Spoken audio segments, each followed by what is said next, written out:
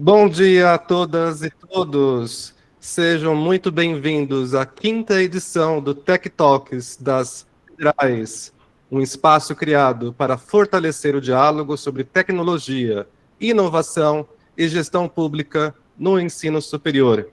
Hoje, quinta-feira, dia 30 de outubro de 2025, discutiremos um tema que está no centro das transformações digitais do nosso tempo. O que impede as universidades de usarem todo o seu potencial da inteligência artificial? Nesta edição, realizada em coorganização com a Universidade Federal do Mato Grosso do Sul, convida à reflexão sobre os desafios e as oportunidades da IA nas instituições federais de ensino superior. Mais do que falar de ferramentas, queremos pensar em cultura, ética, capacitação e estratégias que tornem a inteligência artificial uma aliada real da pesquisa, da gestão e do ensino. E a programação de hoje está muito especial. Teremos o relato técnico de Enzo Terra, da Federal do Mato Grosso do Sul, que apresentará a sua solução, uma aplicação prática de IA para otimizar atendimentos e processos administrativos. Na sequência, com a palestra principal, que será conduzida por Patrícia Baldez, da ENAP, Escola Nacional de Administração Pública, trazendo experiências inspiradoras sobre o uso da IA na gestão pública e acadêmica. E agradecemos a todos os mais de 590 inscritos que nos acompanham ao vivo e de diferentes regiões do país. Lembrem-se de participar pelo chat, enviar as suas perguntas e preencher o check-in para garantir o seu certificado de participação ao final. O Tech Talks é feito de colaboração e aprendizado colaborativo. Com isso, damos início à nossa quinta edição do nosso encontro e convidamos agora os representantes institucionais para a abertura oficial. E queremos convidar aqui quem representa a liderança acadêmica e tecnológica da nossa instituição anfitriã.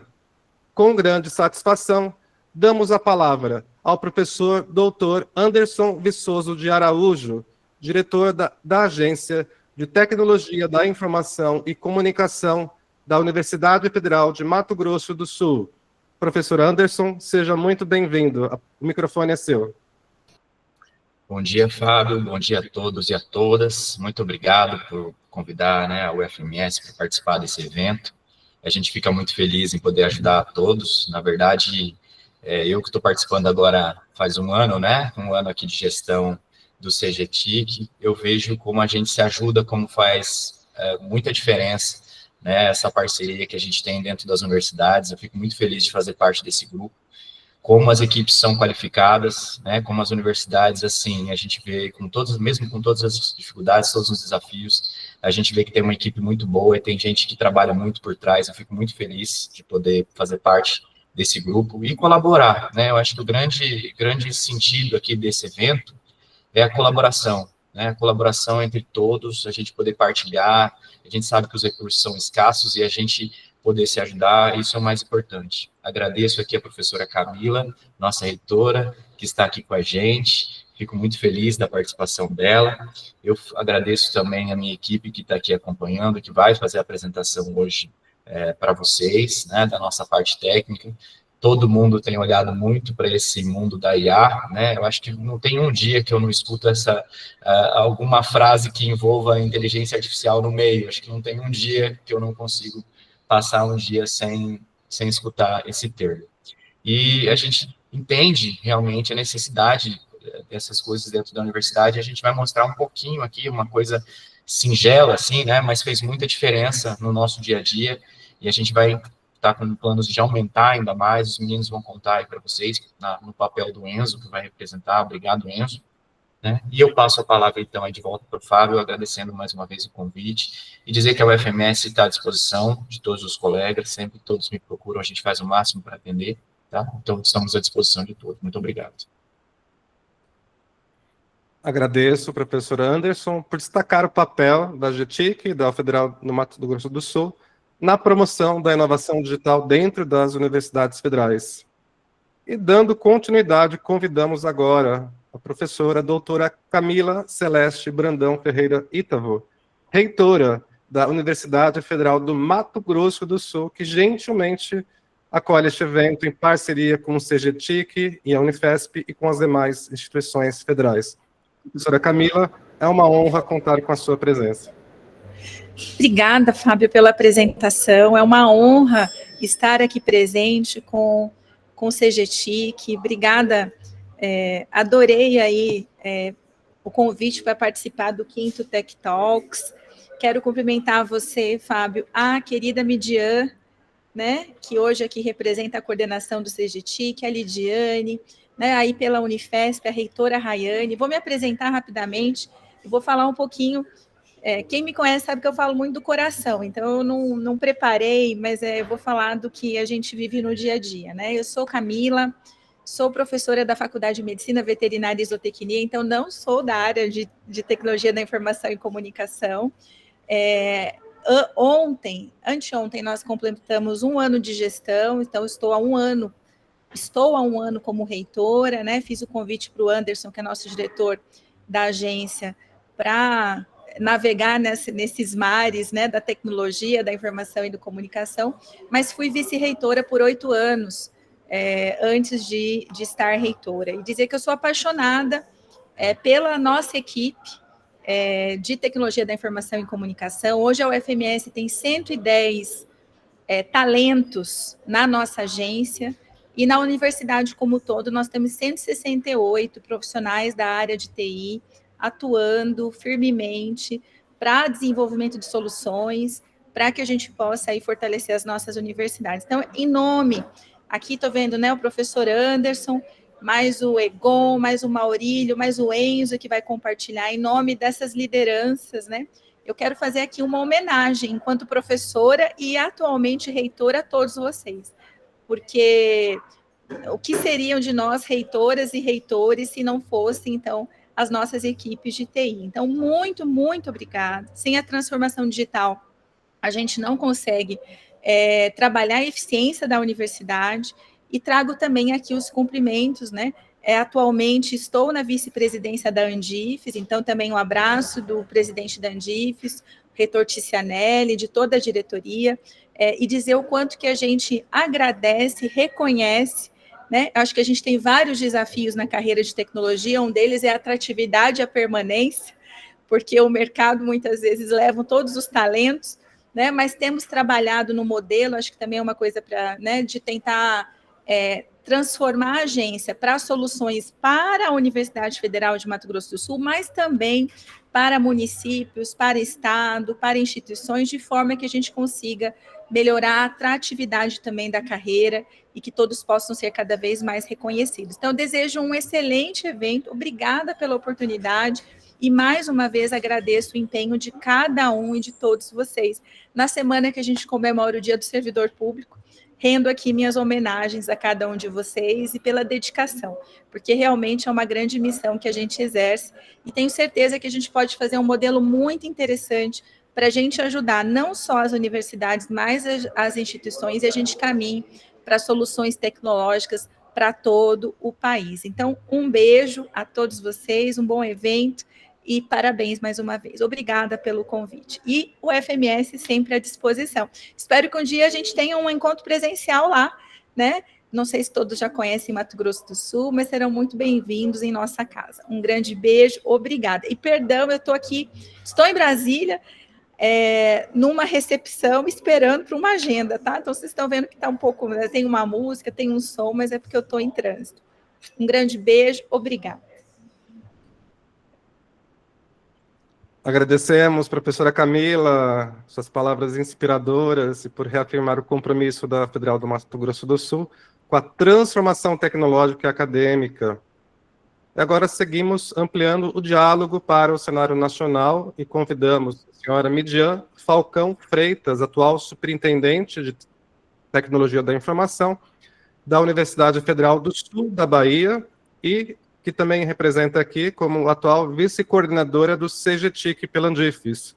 Midian, muito obrigado por estar conosco e por contribuir aí pelo nosso avanço aí das TICs, das federais.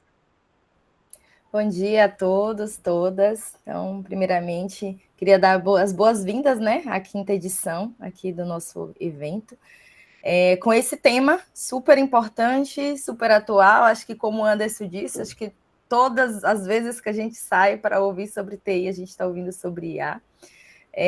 Então, eu queria dar as boas-vindas aqui, né, pelo Colégio de Gestores de TIC da Andifes. Eu represento a região Nordeste, então, como o Fábio falou, sou da Universidade Federal do Sul da Bahia. E esse tema, primeiramente, queria agradecer ao FMS, né, por estar nos ajudando com esse tema aqui no evento, o pessoal da INAP também, muito obrigada.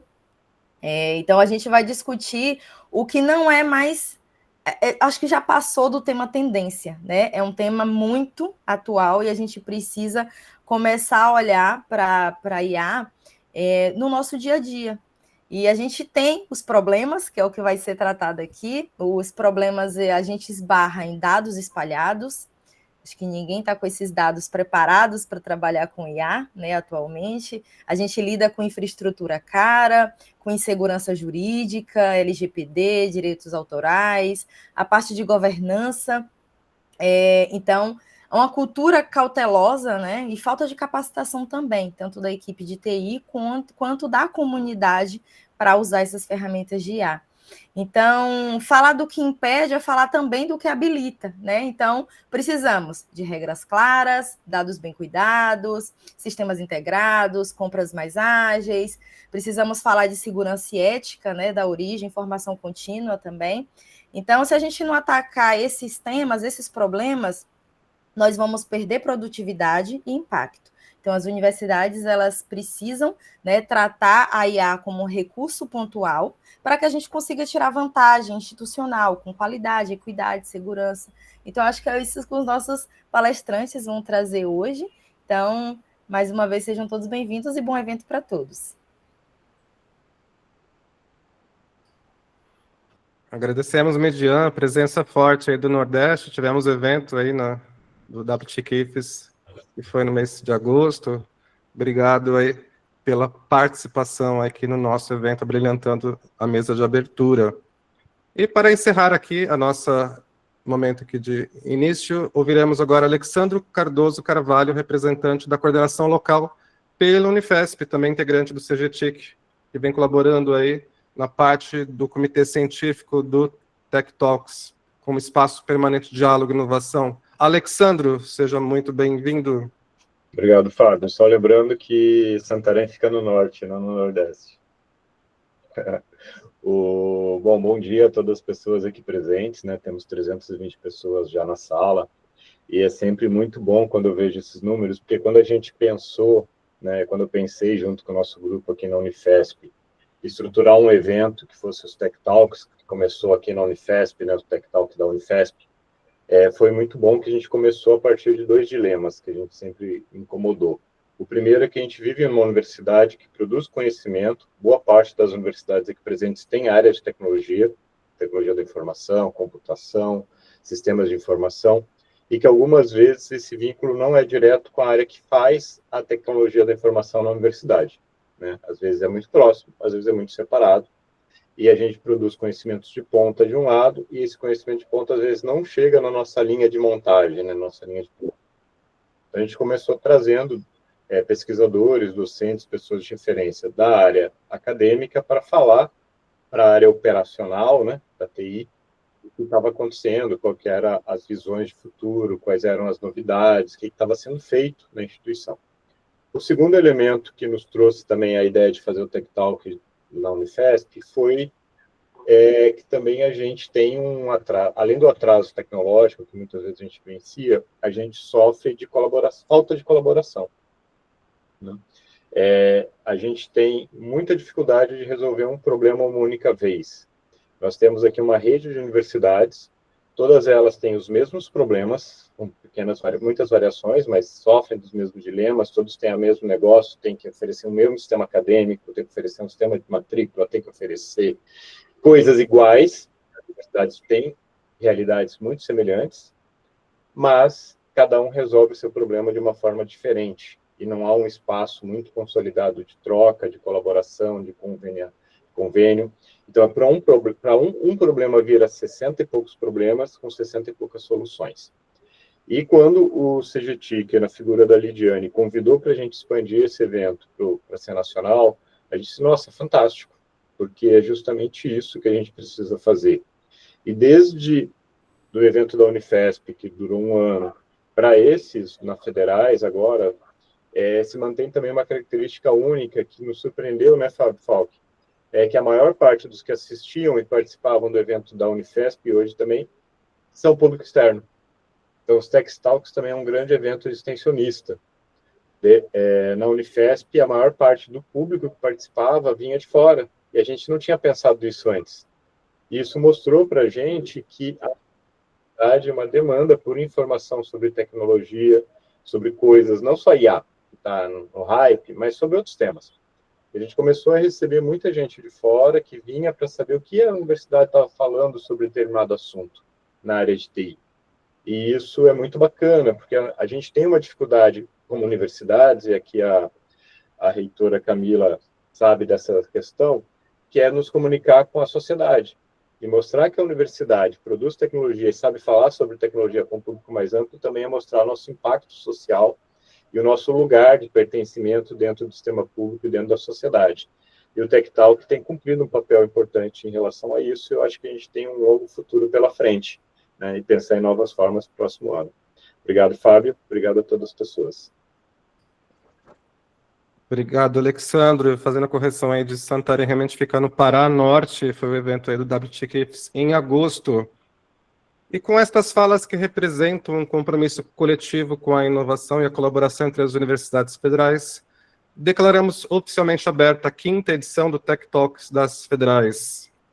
Agora, seguimos com a nossa programação, que começa com o relato técnico de Enzo Andrade Terra, da GTIC da Universidade Federal do Mato Grosso do Sul, com o tema Aceleração do Atendimento com Inteligência Artificial na Triagem de Chamados do GLPI da UFMS.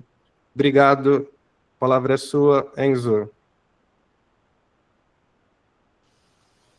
Obrigado. Primeiramente, bom dia a todos. Agradeço primeiramente aqui ao evento, né, do CGTIC, Tech Talks, aos organizadores do evento, também aos professores Anderson, Camila, por todo esse incentivo de tecnologia que estamos tendo aqui neste evento de hoje, né? Então, novamente, por mais que seja bem apresentado, sou Enzo Terra, trabalho na equipe de inovação da AGTIC, da UFMS. Então, vamos falar sobre esse nosso relato técnico, esse nosso tema que é automação inteligente no atendimento técnico da UFMS. Hoje, não é dúvida para ninguém que um dos grandes focos da tecnologia são as inteligências artificiais. No início, o professor Anderson e o Midian falaram muito bem de que hoje é difícil não vermos esse tema no dia a dia. Essa é a realidade. Tanto é que vemos isso em celulares, computadores, carros e até mesmo os nossos navegadores de internet agora também, né? Então, tudo isso foi um grande crescimento que teve nos últimos anos. E isso acompanhou a evolução de modelos, termos mais fácil acesso às inteligências artificiais que existem. Então, em vista de tudo isso, fica essa pergunta para nós, né? Como posso melhorar o meu ambiente, o meu dia a dia, com as inteligências artificiais? Se formos voltar ao tema deste evento, o tema principal, como eu posso usar as inteligências artificiais nas universidades? Então, nós, da UFMS, pensando nesse contexto, nesse cenário, nós desenvolvemos o GLPI-IA. O GLPI-IA, ele seria um plugin para o GLPI, né, que é o nosso sistema aqui de chamados. E neste plugin teria diversas ferramentas de inteligência para ajudar no dia a dia ali dos técnicos e dos usuários.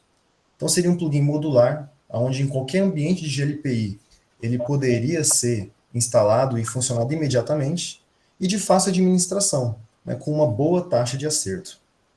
Mas então vamos entender por que nós criamos isso, de onde que surgiu a ideia, e como que foi desenvolvido esse plugin. Então, se nós entendermos isso, vamos conseguir pensar também em como melhorar outros processos que existem nas nossas organizações. Então, de onde que surgiu a ideia do GLPI-IA? Bom, tudo começou quando vimos que estavam acontecendo muitos erros humanos, problemas na nossa classificação de chamados. Aqui na AGTIC nós temos uma alta taxa de chamados. E aí vimos que estavam acontecendo esses 5 problemas principais. Quando acontecia uma classificação errada, ia para uma categoria, um grupo, que não era para atender aquele chamado, nós vimos que acontecia uma demora na solução do usuário, e isso por si trazia uma sobrecarga de equipes, que trazia uma carga desequilibrada entre os técnicos, e isso por si trazia uma competição entre urgência de chamados, os chamados que não tinham tanta prioridade ficavam sendo para depois, e tudo isso trazia o atraso no tratamento de chamados. Então, esses 5 problemas principais vimos que estava acontecendo, e tudo de forma interligada. Então, para resolver isso e ajudar os técnicos, nós criamos 3 IAs diferentes, 3 ferramentas diferentes, que são a classificação automática, o balanceamento de carga e as sugestões inteligentes. Então, vamos entender por cima um pouco, de forma resumida, como cada uma funciona. A primeira, sobre a classificação automática, que é a base do nosso plugin. A partir dessa inteligência, dessa funcionalidade, todo o restante funcionaria em ordem. Então, como que funcionaria? O usuário, ele abriria o chamado, esse chamado, a nossa IA de classificação, iria analisar o título e a descrição, iria comparar com chamados resolvidos anteriormente, e aí, com base nisso, iria sugerir uma categoria e um grupo para atendimento com uma confiança de boa porcentagem. E após isso, ele iria aumentar a base de dados para ser retreinado constantemente. E tudo isso nós vamos destrinchar aqui. Então vamos ver primeiro como que é a lógica dessa classificação. De forma resumida, não vamos entrar tão profundamente, até porque o tempo também não nos permite isso, né? Mas vamos de uma forma resumida aqui entender como que nós chegamos a uma boa taxa de acerto.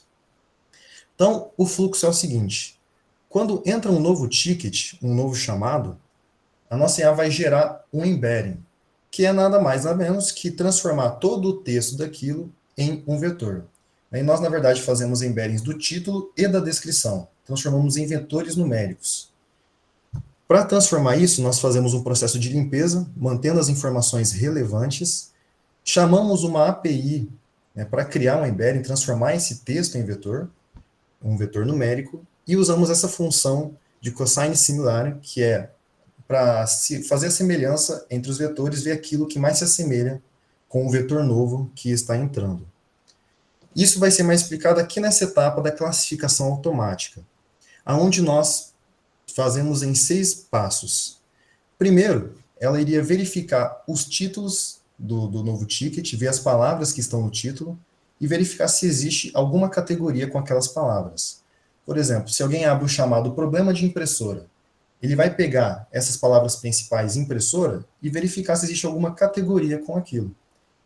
Se existe ou não, ele vai daí aplicar os pesos para o vetor de título e o vetor de descrição. Então, assim, ele vai conseguir, de uma forma equilibrada e adaptável, funcionar de uma forma inteligente para cada situação, com pesos diferentes. Após aplicar esses pesos, ele faz um cálculo onde ele vai ver quão aquele chamado novo se assemelha com os anteriores que já existem na base de dados. Então, o problema de impressora, vamos continuar aqui. Ele vai verificar todos os outros tickets que já foram gerados em embeddings e ver qual que se assemelha mais com esse chamado.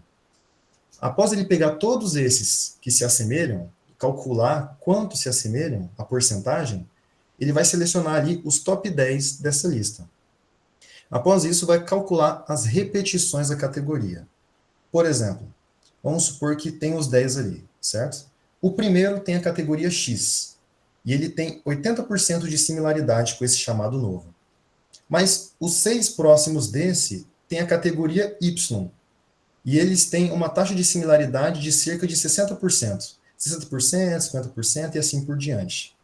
Então, o que acontece? Nós vimos nos nossos testes que, geralmente, quando existe muita repetição assim, de uma categoria, por mais que não seja o primeiro, geralmente esse ticket novo vai ser dessa categoria Y. Então, nós fazemos o cálculo de uma forma inteligente, em que ele vai contabilizar a porcentagem que é a similaridade e ver quantas vezes se repete a categoria nesses top 10.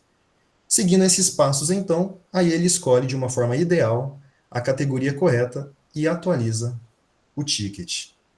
Mas e para treinar constantemente? Como que funciona?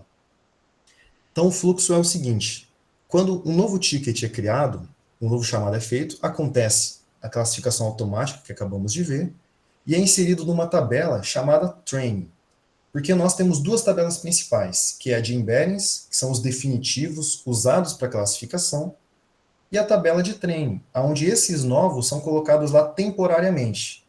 Quando eles forem fechados, solucionados, a IA vai ver se a categoria que ela sugeriu estava realmente correta, e se estiver ou não, ela vai corrigir e vai inserir daí sim na tabela de embeddings definitivas para serem usadas como categorias novas também, tickets novos para serem calculados.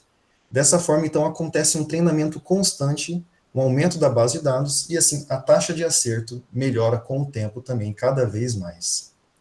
Então, essa aqui é a nossa primeira funcionalidade, classificação automática. E nisso vimos que tivemos excelentes resultados. E aí, a partir dela, conseguimos criar as próximas inteligências artificiais também, onde temos o balanceamento de carga e depois também as sugestões inteligentes. Apenas para explicar por cima, o balanceamento de carga funciona o seguinte: quando um novo ticket é criado, classificação automática é feita, ele pega a categoria que ele sugeriu e vai ver qual técnico está mais apto para atender aquela categoria. O nosso plugin ele tem interfaces ali, telas, para poder cadastrar equipes com seus técnicos nas equipes, aonde colocamos as categorias que essa equipe vai atender. Por exemplo, nós cadastramos no plugin lá a equipe suporte, colocamos os técnicos dessa equipe e cadastramos as categorias que essa equipe suporte vai atender. Então, problema de impressora, instalação de software, dúvidas gerais. E quando entra um novo ticket, ele pega a categoria que sugeriu, isso, claro, com uma boa taxa percentual, ele vai ver essas equipes que atendem essa categoria. E aí, dentro dessas equipes, vai ver os técnicos que estão ativos, que não estão de férias, por exemplo, que não estão desativados, e vai fazer uma ordenação. Vai ver aqueles técnicos que os chamados que eles estão em atendimento daquela equipe, quantos chamados eles encerraram na última semana, qual que foi o chamado fechado mais antigo. Fazendo essa ordenação, nós vamos conseguir escolher o técnico mais tranquilo, por assim dizer, um técnico mais apto para atender aquele ticket. Assim, conseguimos fazer um balanceamento ideal para todos os técnicos das equipes. E as sugestões inteligentes? Então, de um fluxo por cima aqui, quando o novo ticket é classificado, ele pega a categoria e busca na nossa base de conhecimento e também nas respostas que tiveram dos embeddings anteriores, semelhantes com esse atual, as respostas que foram dadas. E como opcional, pode até pegar para uma LLM produzir uma sugestão.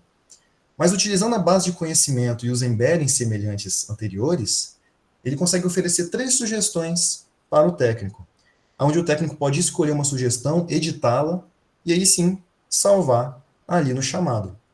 E após isso, SA ainda vai pegar essa sugestão, salvar na nossa tabela de sugestões, nossa base de sugestões, para futuras consultas desse mesmo fluxo. Então, olha só, com 3 funcionalidades teoricamente simples que ajudam muito no dia a dia. Então, eles têm ajudado muito o nosso atendimento ali na UFMS. E não é só as IAs que oferecem, né? A ideia do plugin é ser uma coisa de fácil gerenciamento. Então, nós temos telas, interfaces que ajudam nesse processo inteiro. Então, por exemplo, aqui, vamos citar só 2, né, de dashboard, que tem as informações relevantes ali, quantos tickets foram classificados, os embeddings gerados, a taxa de acerto. Além disso também, por exemplo, a tela de configurações, onde conseguimos ativar e desativar essas IAs, mudar informações, taxas de porcentagem. Então, tudo de maneira fácil, para que seja simples de gerenciar essa ferramenta tão poderosa. Então, esse é um plugin realmente completo. Foi criado com esse objetivo, de agilizar e facilitar o dia a dia dos técnicos e usuários. E como falamos, né, pode ser aplicado em qualquer ambiente de LPI. Não precisa de muitos recursos de hardware. Então, como resultado, para chegarmos perto da nossa finalização aqui do relato técnico, nós tivemos atendimentos mais rápidos e direto com os usuários, um tratamento melhor inicial ali dos chamados, os problemas entendidos com mais clareza, equilíbrio de carga entre equipes e técnicos, melhora de qualidade e atendimento por chamado, problemas urgentes atendidos mais rapidamente e um SLA cumprido com mais eficiência. Então, olha só como que um simples plugin ele contribui muito com a transformação inteligente. Claro, essas inteligências aqui que temos aqui, as funcionalidades, não são tão complexas como uma Deep Learning, né, um chat GPT, mas são funcionalidades pequenas, simples ali, que contribuem muito. Hoje nós temos, por exemplo, os agentes de IA, né, que se tornou mais fácil nós integrarmos soluções inteligentes no nosso dia a dia. Então, vemos aqui, eles não mudam um processo inteiro, né? Reformulou todo o suporte, agora é só inteligência artificial. Não, eles ajudaram parte de um processo. Né? E isso já otimizou muita coisa. Tanto é que a gente diz, né, isso aqui não substitui o humano, é um complemento, uma ajuda para conseguir focar ali no que é importante. Então, assim, nós voltamos ao tema principal do evento, né, que é o que impede as universidades de usarem todo o potencial das inteligências artificiais. Então, coisas que podem nos ajudar, que podemos nos perguntar. Quais partes eu poderia otimizar no meu dia a dia, ou no meu ambiente de trabalho, com uma inteligência artificial? Quais situações estão tendo muito erro humano ou retrabalho? Quais processos ou componentes poderiam se tornar inteligentes? Afinal, a IA começa com o entendimento do que você quer melhorar, né? Então, assim, dessa forma, com esses exemplos e outros que temos tantos, com a facilidade que temos mais ainda hoje, nós podemos criar sistemas e processos mais inteligentes e melhorar o dia a dia dos técnicos, professores, alunos e, quem sabe, talvez até a sociedade como um todo. Bom, é isso. Obrigado pelo ambiente aqui para podermos fazer esse relato técnico. Espero ter contribuído aí com todos que estão nos assistindo.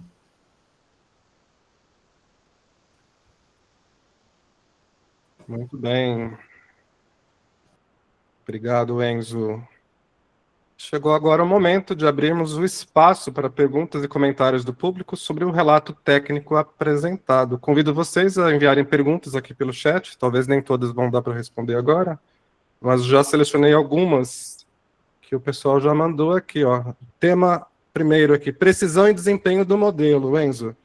O Bruno Silva pergunta sobre a taxa de acerto atual da classificação apresentada, demonstrando interesse em compreender o nível de confiabilidade do sistema. Perfeito. Bom, nós tivemos uma taxa de acerto assim evolutiva, né? Ainda mais com aquelas 6 etapas que foram apresentadas ali do processo de classificação.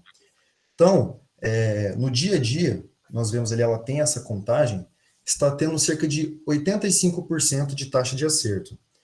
Sabemos que tem potencial também para melhorar mais ainda, né, com algumas coisas um pouco mais profundas, como uma rede neural de MLP, né, mais leve e simples, porém, tudo ainda está em fase de testes dentro da AGTIC, né?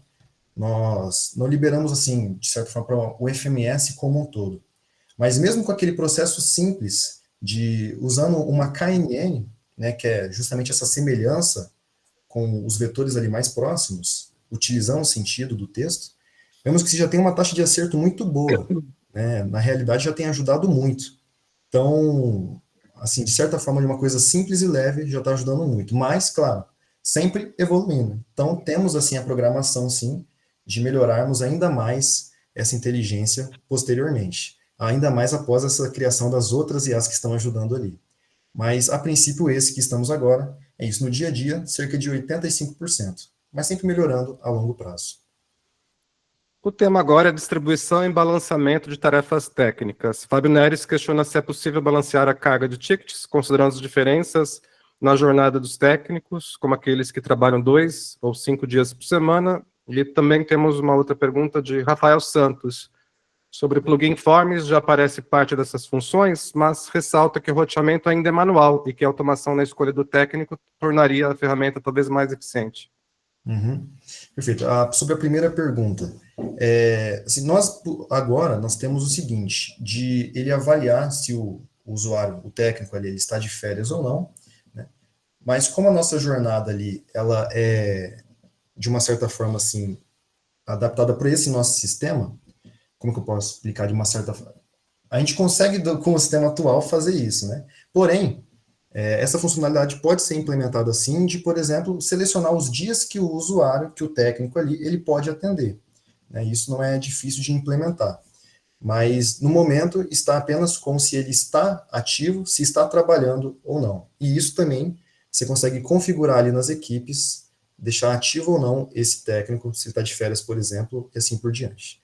Sobre a segunda pergunta, essa parte do balanceamento de carga realmente ajuda muito, né? Ela fazer isso deixaria mais interessante ainda, mais inteligente ainda. Estamos com outras inteligências também em desenvolvimento, né? Porém não mencionamos aqui porque ainda estão na fase inicial, mas que contribuíram mais ainda para esse plugin do GLPI-IA. Então, tem muita coisa ainda para melhorar, mas com certeza esse é um plugin que ajuda muito, e com o desenvolvimento melhor ainda dessas funções que já existem e com as novas, vai se tornar com certeza algo que ajuda muito em todos os ambientes de GLPI. Com duas perguntas, o tema agora é integração com serviços de IA e arquitetura da solução. Elias Costas questiona se o plugin funciona utilizando serviços de IA privados e se pode operar com qualquer serviço desde que possua uma API funcional. E Adna Anjos pergunta se o plugin poderia ser entendido como uma espécie de agentes inteligentes. Perfeito. Sobre a primeira pergunta, então, ele funciona assim com qualquer API externa, tanto é que na tela de configurações ali, ele possui para você colocar uma API, por exemplo, selecionar um modelo, mas também desenvolvemos em testes, colocar uma API local ali para isso de embeddings. Então, usar, por exemplo, um BGE que consegue fazer isso, né? Mas ele tem a possibilidade, sim, de conseguir colocar ali uma API externa para funcionar. Agora, como que é a outra pergunta? Desculpe. Qual que é a outra pergunta mesmo? Voltando aqui. Plugins, Adna Anjos, seu plugin poderia ser entendido como uma espécie de agente inteligente. Perfeito. Creio que sim, porque ele consegue ali modificar o nosso ambiente, né? Ele integra ali com os tickets, os chamados, ele adiciona ali notas internas, né? Ele funciona como todo um back-end, pegando ali as informações do GLPI.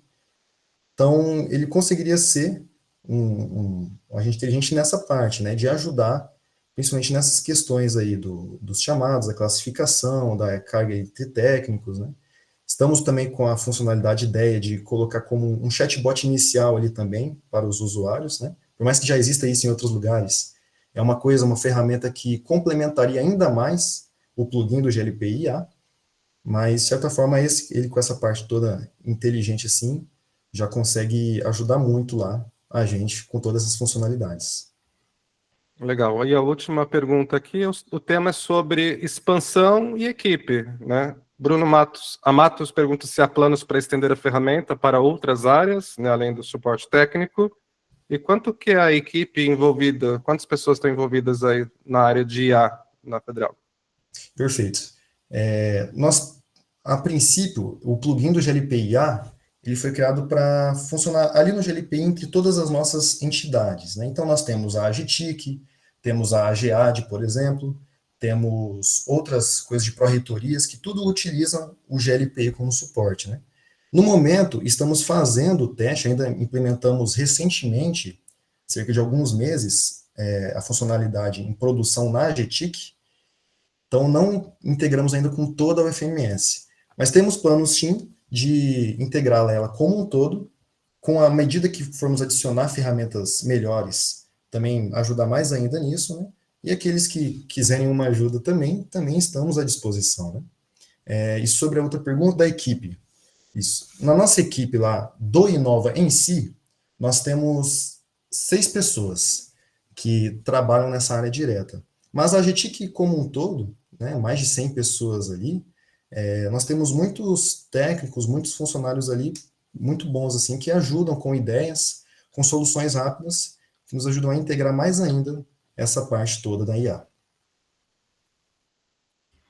Enzo, se puder deixar no chat aqui o seu e-mail ou o contato para o pessoal entrar em contato com vocês, é da Federal do Mato Grosso do Sul.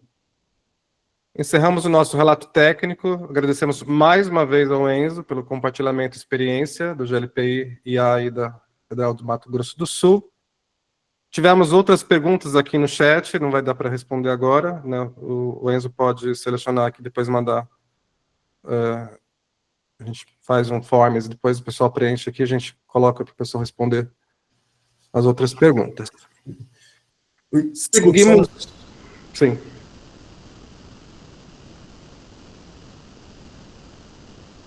Está aqui agora o e-mail do Egon, do Inova GTIC.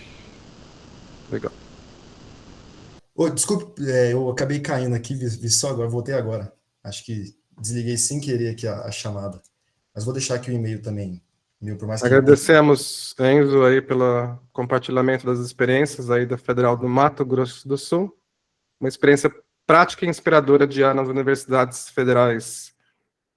Vamos agora para o ponto central da nossa programação, acelerando projetos e processos do setor público em universidades por meio do desenvolvimento de inteligência artificial. É com grande satisfação que apresento a palestrante principal desta 5ª edição do Tech Talks, Patrícia Baldez, atual coordenadora-geral do Laboratório de Inovação em Inteligência Artificial pela Escola Nacional de Administração Pública, ENAP. Patrícia também é comunicadora, historiadora e gestora pública formada pela Universidade de Brasília e tem liderado iniciativas pioneiras que aplicam IA na transformação da gestão pública e acadêmica. Patrícia, seja muito bem-vinda, o espaço é todo seu. Oi, Fábio, oi, gente. Alguém dá um joinha aí de se me escuta bem? O sinal tá bom? Massa. Então tá, gente.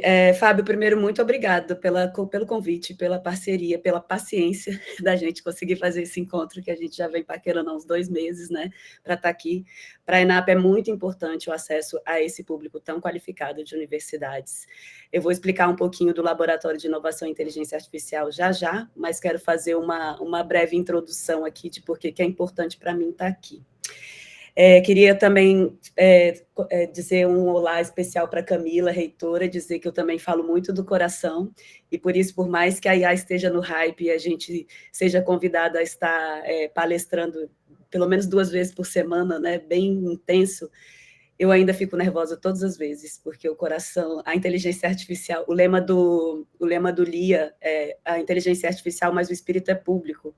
E eu acrescento para mim que o coração é muito verdadeiro, né? De estar nessa semana do servidor público, a gente faz todas as inteligências artificiais aqui com muito propósito de entrega, de melhoria para os cidadãos, e a gente entende que a academia é fundamental.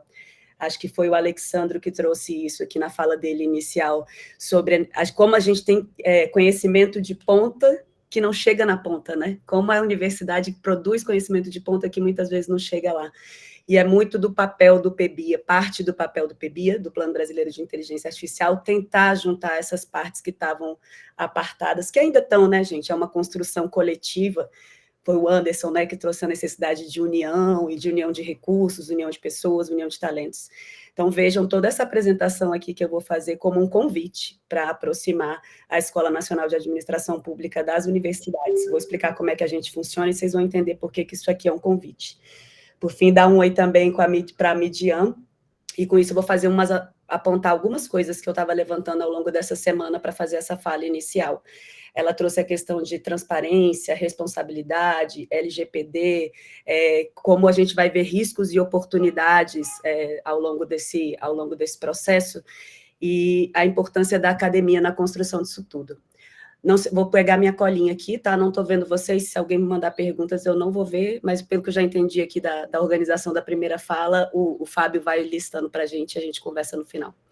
Não sei se vocês viram, anteontem a UFMG lançou uma pesquisa que ela estava fazendo sobre o uso de inteligências artificiais na universidade. De acordo com os dados levantados, 75% dos acadêmicos já usam inteligência artificial em atividades de ensino, pesquisa, estudo e gestão. Então, assim, 3/4 das pessoas que estão em universidade hoje, não só na área de tecnologia, mas na gestão e tantas outras, já usam inteligências artificiais. Discentes e docentes falam que usam para buscar informações, revisar textos, traduzir conteúdos, produzir sínteses e auxiliar na escrita acadêmica. Isso, obviamente, tem vantagens, mas também tem vários riscos, né? Não sei se vocês acompanham esses dados também, a enxurrada de papers que tenho, sim. Essa é uma introdução, já vai chegar a apresentação do laboratório de fato. São dados, estou fazendo a introdução ainda, tá? E todos esses dados que eu estou trazendo estão nessa pesquisa da UFMG, que depois eu posso trazer o link aqui para vocês. Esses dados geram uma enxurrada de produção acadêmica que muitas vezes é produzido, revisado, não revisado efetivamente por pares, e aí o risco que isso acarreta para a ciência, né, com esse uso não ético e não regular. A gente tem algumas barreiras de uso, que não é falta de preparo, um excesso de confiança no que é produzido pelas inteligências artificiais, que ainda estão... Vi algumas perguntas muito pertinentes sobre o primeiro caso, sobre eficiência, sobre a regularidade desses resultados. As inteligências artificiais generativas têm uma proporção de erro que varia de 30% a 50%. Então, para a academia, isso é um risco muito grande.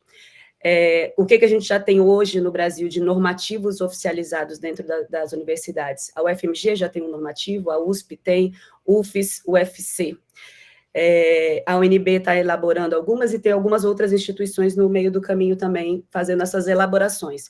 Mas é pouco, né, gente? A gente ainda não tem um uso regulamentado e quais as formas éticas e adequadas de informar que a gente fez esse uso. Onde a gente já tem graduação e pós-graduação. Na UNB acaba de ser lançada uma graduação, a mais antiga que a gente tem no país é da Universidade Federal de Goiás, que está lançando agora no primeiro semestre do ano que vem também as pós-graduações, mestrado e doutorado. A gente já tem na PUC-Rio, na Universidade de Caxias do Sul, na Federal de Sergipe, acabou de ser aprovada a graduação, entre outros. Esses números são só para trazer um geral de como é que isso está dentro da universidade, tá? Ela está evoluindo aos passos rápidos. E esse momento aqui, olha, o FMS também, bacharelado em IA, que bom. Isso demonstra, assim, um interesse muito grande. Como vocês sabem, né, vocês são da academia, a IA não é uma tecnologia exatamente nova, o primeiro paper é dos anos 40, o termo inteligência artificial, de fato, é dos anos 50. O que aconteceu no hype agora, nesses últimos 2, 3 anos ali? O lançamento do ChatGPT em novembro de 22, que é essa ideia da IA generativa, que é apenas um dos tipos de IA, ele trouxe para os olhos vistos o que isso está acontecendo. Mas, na verdade, a gente, quando está em redes sociais, a gente, quando está no Netflix e fala porque você gostou disso, você pode gostar daquilo, tudo isso é inteligência artificial e algoritmo. Então, ela está transversal, mesmo quando a gente não está falando dela, mesmo quando a gente não está olhando para ela, ela está transversal. E o governo federal com isso, né? Então, vamos lá para a apresentação, mostrar para vocês o que a gente está fazendo aqui enquanto ENAP, né? Representante do governo federal. Tá, vocês estão vendo aí, alguém pode me dizer se já está compartilhado direitinho? Que agora eu só estou vendo a minha apresentação, tá? Vou explicar para vocês o que é um laboratório de inovação em IA para o setor público e como é que ele pode apoiar o desenvolvimento e implementação de IA no governo, como é que ele já tem apoiado, né? No ano passado, em julho do ano passado, última semana de julho, o governo federal lança a primeira versão do Plano Brasileiro de IA. Essa carinha aqui que a gente vê do lado, para mim está da esquerda, não sei como é que vocês estão vendo aí, esse em horizontal. Ele é bem simples, tá? Ele traz 54 ações divididas em 5 eixos, e eu gosto muito dessa versão pela simplicidade que ele traz mesmo. O que a gente vai desenvolver dentro de 5 anos, de onde vai vir esse recurso? Porque esse é um grande problema também, tá? E não é só para as universidades, é para todo o setor público. Todo mundo quer fazer IA, tem algumas IAs que ainda são baratas, tecnologias que a gente dá conta de fazer com um nível de investimento relativamente baixo, mas algumas IAs, quanto mais se aproxima de um machine learning, de um deep learning, elas já vão complexificando e se tornando mais caras também dessa gestão. Então, esse plano, essa primeira versão, ele explica o nome da ação, uma breve descrição de uma frasezinha e o valor ali, e quem vai pagar essa conta, quanto que o governo federal vai investir e onde é que está esse dinheiro.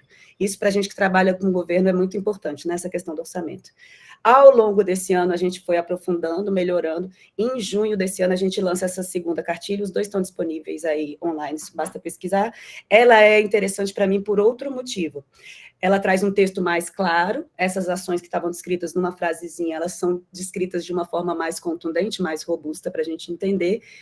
Robusta, né? Já é um vocabulário que vem das IAs, eu acho muito incrível como ela está mudando tudo, né? Até a forma como a gente fala. Ela traz uma forma mais estruturada, e ela traz, assim, onde é que a gente está, onde é que a gente quer chegar em 3 anos, e onde a gente quer chegar em 5 anos, que também é muito, muito importante para quem faz planejamento de política pública. Como eu tinha falado, o PEBI ele é dividido em 5 eixos. Eu vejo as universidades em mais de um deles aqui, tá? A capacidade da universidade de ser influenciada e influenciar em mais de um desses eixos, mas para nós aqui do LIA, dentro da ENAP, o eixo principal é esse 3, que é o IA para melhoria dos serviços públicos. E quais são os compromissos que esse PEBI assume quando a gente está falando de melhoria de serviços públicos? Dentro de 3 anos, a gente vai trazer soluções de IA para 10 órgãos federais por ano, no mínimo, em pelo menos 5 áreas críticas do governo. Como é que a gente divide isso? Só para dar um exemplo, esse ano o LIA trabalhou muito com meio ambiente. Eu atendo IBAMA e ICMBio, então 2 órgãos em uma área crítica, meio ambiente, tá? Essa divisão assim, mais ou menos. A gente também, dentro de 3 anos, tem a meta de capacitar pelo menos 20% dos servidores públicos federais e terminar de formar o Programa Nacional de Soluções de IA para o setor público, com participação de startups e empresas nacionais. E aqui eu já faço um asterisco sobre startups. Dentro das pesquisas que a gente está fazendo, quando a gente se aproxima da academia, a IA traz uma coisa da extensão muito forte. Muito da ciência e tecnologia nacional que nasce dentro da universidade, ela muito rapidamente se torna uma startup que vai sendo vinculada ali no entorno da universidade. Isso chama atenção para uma coisa, oportunidade para todos aqui. A gente fazer núcleos de startup que captam dinheiro, que podem ser novamente revertidos para a pesquisa. Né? A extensão e a pesquisa fazendo uma alimentação, trazendo o conhecimento de ponta para ponta e trazendo recursos para dentro da universidade.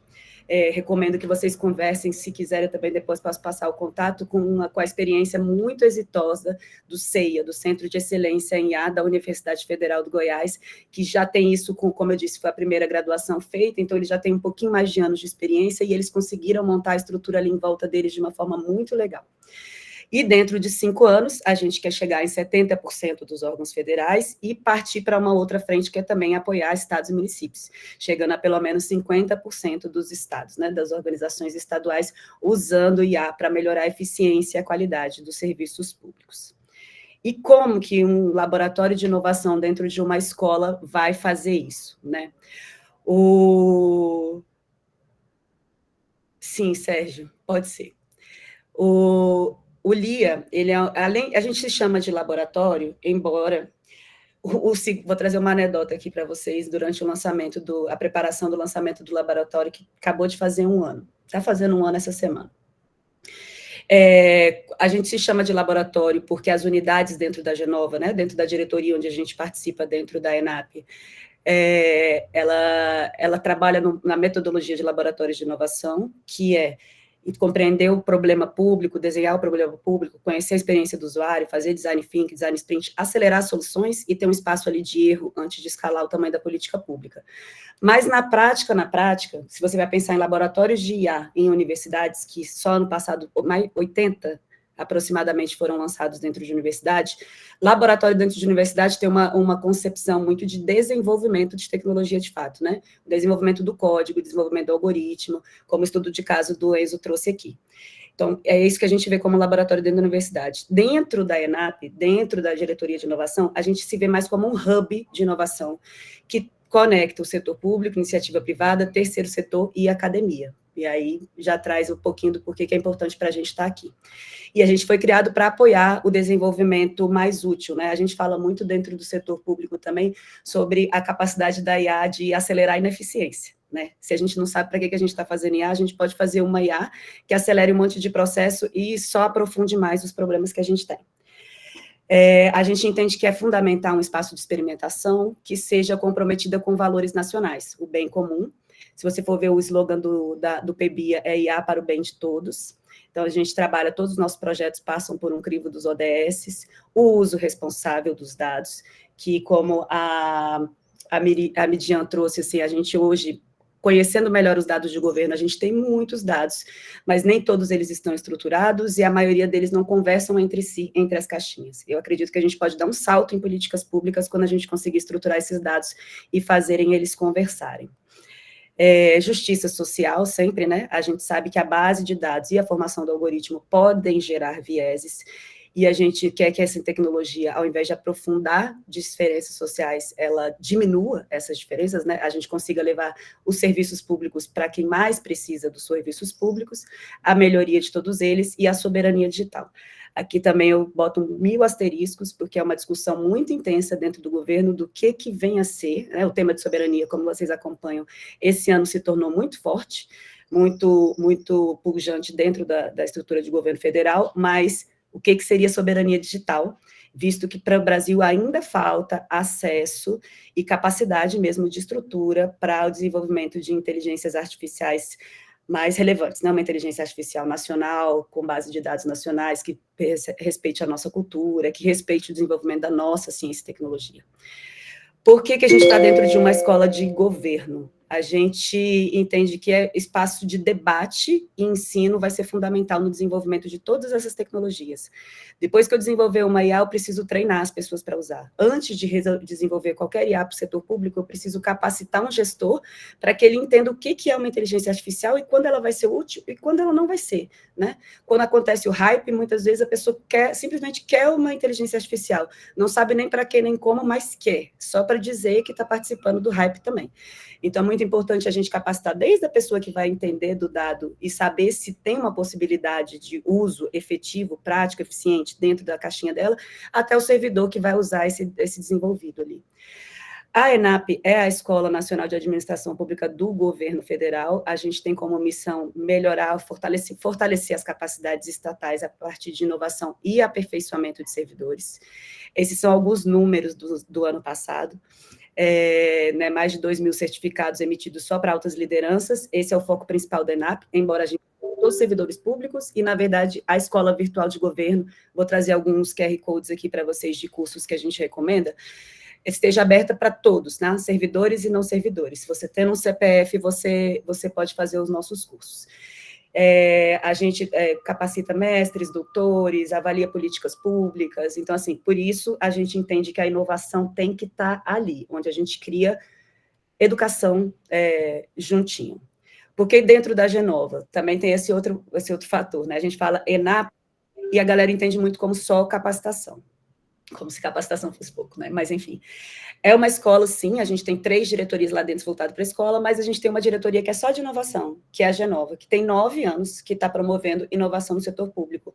É a fonte de dados mais relevante sobre de como é que se faz inovação com as características próprias das necessidades do setor público, né, da administração pública. A gente tem muita publicação no repositório da ENAP, se você entrar lá, tem muita publicação de metodologia, e a gente enfatiza muito a necessidade de inovação aberta, que é, mais uma vez, essa relação entre o setor público, o governo, né, a academia, iniciativa privada e sociedade civil.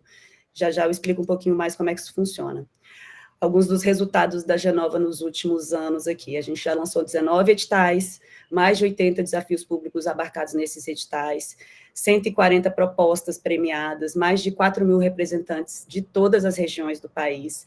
A gente leva isso muito a sério, né, de trazer distribuir o conhecimento, também estar aqui num ambiente online que tantas universidades de todas as regiões estão, é muito importante para nós. E a gente já está incentivando nos nossos projetos 25 startups até o momento, contratadas com subvenção. Esses editais são lançados em parceria com a FINEP. Tá? Se vocês forem ler o PBI ali, vocês vão ver que várias das iniciativas ali são financiadas pelo FNDCT, ao qual vocês também têm direito a acesso, e esse FNDCT, ele é gerenciado pela FINEP. Alguns destaques dos desafios especificamente de IA. A gente já lançou 3 editais, que são problemas públicos para os quais a gente ainda não tem solução de inteligência artificial de prateleira, que a gente pode comprar e trazer para o setor público. Então, a gente desenha esse problema e aí começa o coração aqui do que o LIA realmente faz. A gente vai dentro das instituições públicas, a gente entende o problema daquele usuário, a gente entende quais os tipos de dados que ele tem, a gente desenha a jornada desse usuário, o que ele quer no final, a gente entende em que ponto ele está, em que ponto ele gostaria de chegar com esse desenvolvimento dessa inteligência, eventual de inteligência artificial, e ajuda a FINEP a montar um edital que vai ser lançado. Esse edital, ele tem como critérios básicos sempre que sejam startups ou GovTechs. GovTechs são startups voltadas a governo. Ou seja, empresas com no máximo 5 anos, a depender do edital, às vezes são 3, às vezes são 5, com capital pequeno, porque ele tem o objetivo de desenvolver ciência e tecnologia nacional também. Então, para a gente, essa quádruplice hélice, que é governo, sociedade, academia e setor privado, é o que motiva a Genova a trabalhar. Como é que a gente faz isso, né, nesse exato momento com o LIA? A gente tem uma aliança estratégica com o Porto Digital. A gente tem alguns marcos legais de inovação para o setor público, né? Diferente da iniciativa privada, que tudo que não é proibido é permitido, no setor público a gente só pode fazer qualquer coisa em virtude de lei, se tiver alguma âncora que nos permita. Há 21 anos a gente tem o marco legal da inovação no Brasil. E ele traz diversas ferramentas de muito pouco usadas. Uma delas é a aliança estratégica, que é o que a gente faz no Porto Digital. O Porto Digital, ele é um dos maiores distritos de inovação da América Latina, se não o maior. Desenvolve soluções de alto nível técnico com baixo custo administrativo. O que é a aliança estratégica? A ENAP e o Porto Digital, ninguém é dono desse acordo. Todas as decisões que acontecem ali no âmbito da aliança são balanceadas entre o setor público e a iniciativa privada, como sempre, claro, né? A gente está dentro de uma escola, então tem que ter um objetivo final de trazer espírito público, como eu disse no início, né? Tem que ter um propósito público nessas inovações. Mas as decisões são feitas, e os produtos e os projetos são feitos de maneira colaborativa, sendo que ninguém é chefe de ninguém, né? Não é um contrato, não é é quase um consórcio, né? Que a gente tem. O Porto Digital, assim, também trazendo um pouquinho, bebendo das fontes do Porto Digital, já tem mais de 475 empresas embarcadas ali, e de 2018 a 2024 teve esse faturamento. Para eles, qual que é a vantagem de estar junto da gente? É a perninha dentro do governo, né? Como vocês vão ver dentro dessas logomarcas aí, eles trabalham com iniciativa privada, a princípio, e eles entendem, além da verba, é claro, a possibilidade de trazer benefício público real, né? Como eles falam muito internamente ali, pela primeira vez, fazer projetos que não sirvam apenas para enriquecer cabeça branca, mas para melhorar a vida de brasileiro na ponta. O que a gente faz no coração do LIA aqui? A gente entende que grande parte do tempo e do orçamento dos projetos de se perde por compreender muito tardiamente qual que é o problema real, ou seja, aquilo que eu falei. Eu estou saindo aqui desse ponto que tem um problema e eu quero chegar aonde? Qual é o objetivo do desenvolvimento da SA? Quem é o usuário da SA? O problema é realmente esse? Porque muitas vezes a pessoa que é o usuário gestor está ali na mesa, ele acha que o problema é quando você vai conversar com um cidadão que usa aquele serviço na prática, para ele a interpretação é completamente outra, né? Então, a gente entende que problemas mal enquadrados levam a vários retrabalhos, isso acarreta um custo de tempo, de pessoal, de recursos financeiros mesmo, né?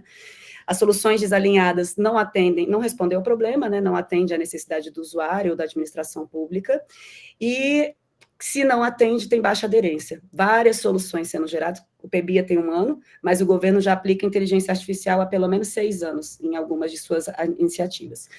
Então, muitas dessas iniciativas se perderam no meio do caminho, por quê? Por ser mal enquadrado, por não resolver o problema, tem uma baixa aderência. As pessoas não usam o que de fato poderiam. Então, a gente entende que reduz custo e reduz risco por trabalhar com a experiência do usuário, em primeiro lugar, né? É a gente colocar o cidadão no centro da política pública, não a IA no centro da política pública. A IA é uma ferramenta para melhorar processo, para gerar mais eficiência, para gerar alguma economia. Mas dentro da necessidade do desenho da política pública está o cidadão com um problema real. A gente faz o design do produto, da forma que melhor se alinha a esse usuário também, né? A gente fala muito de falta letramento digital para o cidadão brasileiro. O cidadão brasileiro é um dos que mais usa todas as redes sociais, é um dos que mais, trazendo, não vou citar nomes aqui, mas todo tipo de rede social que você imaginar, nós somos um dos maiores usuários. Será que falta letramento do cidadão? Ou será que falta letramento do governo de conseguir fazer ferramentas que conversem com esse cidadão, que sabe usar A, B ou C, mas não vai saber essas 1000 caixas de letrinhas que tem aqui em Brasília, né? O que isso significa, e como é que a gente faz o uso desses produtos, né, desenvolvidos pelo governo. A gente faz o design thinking tradicional, né? Faz uma jornada desse problema para chegar numa melhor solução, e uma prototipagem rápida que a gente testa, e a depender do nível da solução. A gente testa dentro do próprio ambiente do órgão público que está contratando, a gente testa dentro de SERPRO e DataPrev, que são parceiros dentro do núcleo de IA também, testa com universidades, testa com startups, depende do produto que a gente tem. O que a gente fez efetivamente nesse 1 ano, né? Como eu estou dizendo para vocês, o LIA está fazendo 1 ano essa semana. Esse ano, o que a gente já conseguiu entregar? A gente fez mais uma rodada de inovação aberta em IA, aquela questão que eu abri para vocês, né? Expliquei ainda há pouco. A gente já fez várias rodadas, várias trilhas de capacitação para servidores públicos e lideranças. A gente fez um hackathon sobre inteligência artificial e meio ambiente, que a gente trouxe vários, é uma forma de sprint, né? Não sei se, acho que na academia todo mundo sabe o que é mais ou menos um hackathon, mas para clarear, a gente faz um sprint, né? Um encontro de 2, 3 dias, muito focado, um problema bem centralizado, e traz diversos órgãos públicos para conversar sobre as possibilidades de solução. O que a gente desenvolveu esse ano também foi voltado para meio ambiente. E vários eventos, né? Rede de eventos. Esses foram os eventos que a gente fez esse ano. A gente começou de trás para frente aqui com De Volta para o Futuro, que foi como tem muito essa visão de que a IA parece que começou hoje, não começou. A gente trouxe alguns casos de inteligências artificiais anteriores ao PBIA, né? Que já estavam dentro do governo federal. O segundo evento que abre o tema do ano do laboratório, que foi IA generativa em meio ambiente, casando com a COP30, casando com a Semana de Inovação, que é um dos produtos que a G9 entrega também todos os anos. A gente focou muito em gerar inteligências artificiais e debates, né, sobre as possíveis interseções ou choques entre o desenvolvimento de inteligências artificiais e as questões ambientais. E a Smart Cities, como é que a gente pode usar inteligências artificiais para fazer esse planejamento urbano e melhoria urbana com o uso de inteligência artificial. No mês da diversidade, trazer o debate público sobre IA em infância, IA em mulheres, como é que a gente gerencia banco de dados para que ela não aprofunde diferenças sociais, mas ao contrário. E o último evento que a gente realizou foi o PBI em Ação, foi um evento de prestação de contas, onde a gente convidou MGI, MCTI e outros órgãos públicos para falar um pouquinho sobre o que a gente fez, o que a gente já conseguiu entregar no primeiro ano de PBI, de fato. Aqui estão os programas que eu falei que a gente tem, se vocês tiverem interesse, os QR Codes levam direto para eles. Se você pesquisar da EVG, né, na Escola Virtual de Governo da ENAP, tem vários cursos abertos, que você pode fazer livremente, os cursos pequenos. O que a gente chama de programa? A gente cria um fio lógico dentro disso para levar ao desenvolvimento de uma capacidade, competência ou habilidade ali dentro. A gente divide o setor público em 3 públicos-alvos, altas lideranças, como eu disse, é o que vai tomar a decisão sobre onde e como a gente vai desenvolver inteligências artificiais, o gestor de TIC, né, mesmo, que são os servidores que trabalham nas TIs, que trabalham em órgãos de tecnologia e que vão realmente gerar inteligências artificiais de fato, produzir as inteligências artificiais de governo, e o agente público, que é o usuário. Como é que ele vai usar isso de forma ética, respeitando a LGPD, respeitando os regramentos nacionais, enfim, como é que ele vai fazer toda essa preparação. Esse programa foi lançado no primeiro semestre, agora faz um mês, mais ou menos, a gente lançou a segunda rodada desses programas, né, também dividido entre esses 3 públicos, e só com um aprofundamento, né, um passo a passo, assim, do que a gente... E a ideia é que de 4 em 4 meses a gente volte a lançar outros programas para esses mesmos 3 públicos, para eles conseguirem se manter, se capacitando com relação a esses temas. Todos os cursos da ENAP são de graça, assíncronos, autoinstrucionais, estão na EVG. O que a gente está preparando para 2026, né? Projetos de inovação customizados, de fato, nesse exato momento, também nessa linha de grande desenho para o meio ambiente, a gente está fechando uma parceria com o IBAMA para ajudar eles a desenvolverem inteligências artificiais específicas internas para o órgão. Não sei se vocês têm noção, mas o IBAMA tem um dos maiores bancos de dados ambientais do planeta. Então, a gente entende como uma grande oportunidade do Brasil se mostrar estratégico, relevante, criar inteligências artificiais de ponta, inclusive que possam ser vendidas, né, essa experiência para fora do país. Chamadas públicas, também em parceria, a gente concorda muito com o que o Anderson trouxe sobre a questão da união de forças, né? A gente faz tudo muito em parceria aqui dentro da Genova. Nesse exato momento, a gente está preparando uma chamada pública em parceria com a Caixa, para levar inteligências artificiais para municípios, né? Deve ser lançada ainda no primeiro trimestre ali do ano que vem, está em preparação. Que é conseguir levar recursos, não só financeiros, né, mas técnicos para esse desenvolvimento de inteligências artificiais, conhecimento, treinamento também tem que fazer parte, um pouquinho de CPSI, né, como é que faz compra pública de inovação com segurança dentro dos ambientes de municípios. A gente agora também está desenhando com várias parcerias, MGI, MCTI, o CIA, o Centro Integrado de IA do GDF, um banco de soluções de gestão pública. Eu vi alguém perguntando na fala anterior do Enzo, sobre se está disponível, né, esse plugin estaria disponível. A nossa ideia e a nossa percepção nesse primeiro ano é que muitos órgãos geram códigos e inteligências artificiais que podem ser replicados, né, querendo ou não, a administração pública, direito público, e a maioria dos processos a gente trabalha em similaridade. Então, às vezes, você pega o mesmo código, coloca dentro da sua instituição e treina com poucos normativos ali dentro e você tem uma solução aplicável sem ter que passar por todo o processo que já foi treinado, validado, enfim, em outra instituição.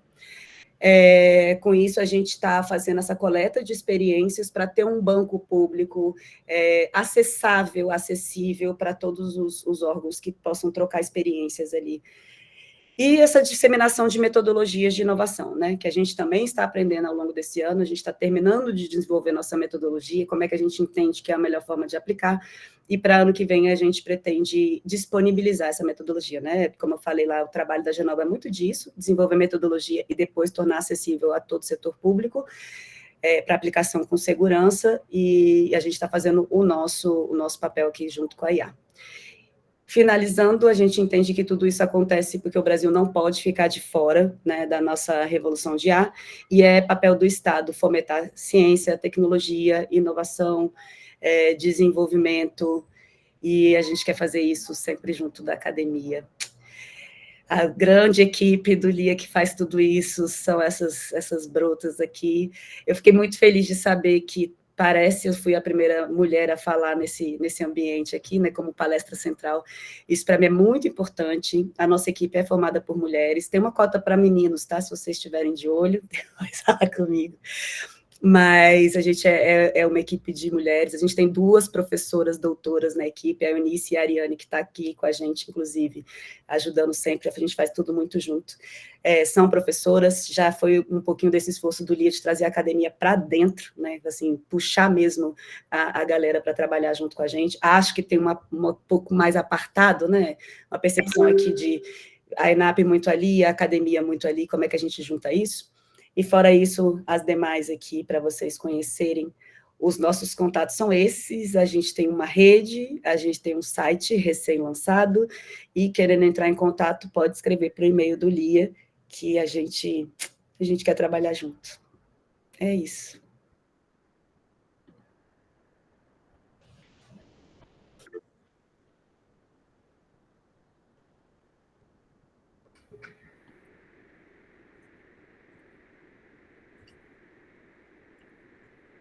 Perfeito, Patrícia, excelente apresentação. Muito obrigado aí pelas reflexões, pelos exemplos práticos que mostram o impacto real da IA na gestão pública.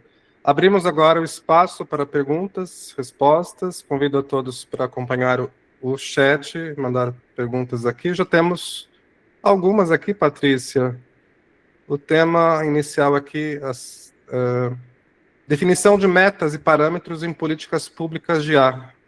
Sérgio Fialho questiona a precisão da meta de desenvolver soluções de IA nesses 10 órgãos públicos por ano, destacando a complexidade, talvez o custo, dessas iniciativas que podem viabilizar o cumprimento da meta sem parâmetros. Eu vi essa pergunta e eu concordo com a crítica, né? A gente precisa de indicadores. Eu vejo que no setor público a gente trabalha com planejamento, metas e indicadores para tudo. E muitas vezes esses indicadores, eles nascem de uma vontade do gestor, assim, né? A construção do PBIA se deu no primeiro semestre do ano passado, essas metas vêm de lá.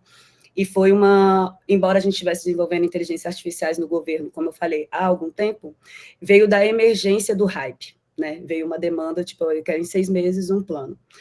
E esses dados foram sendo construídos entendendo que seria possível, pode ser que não seja, tá? Mas é uma métrica que a gente entende como factível, visto os dados anteriores. Como eu disse, são 5 áreas.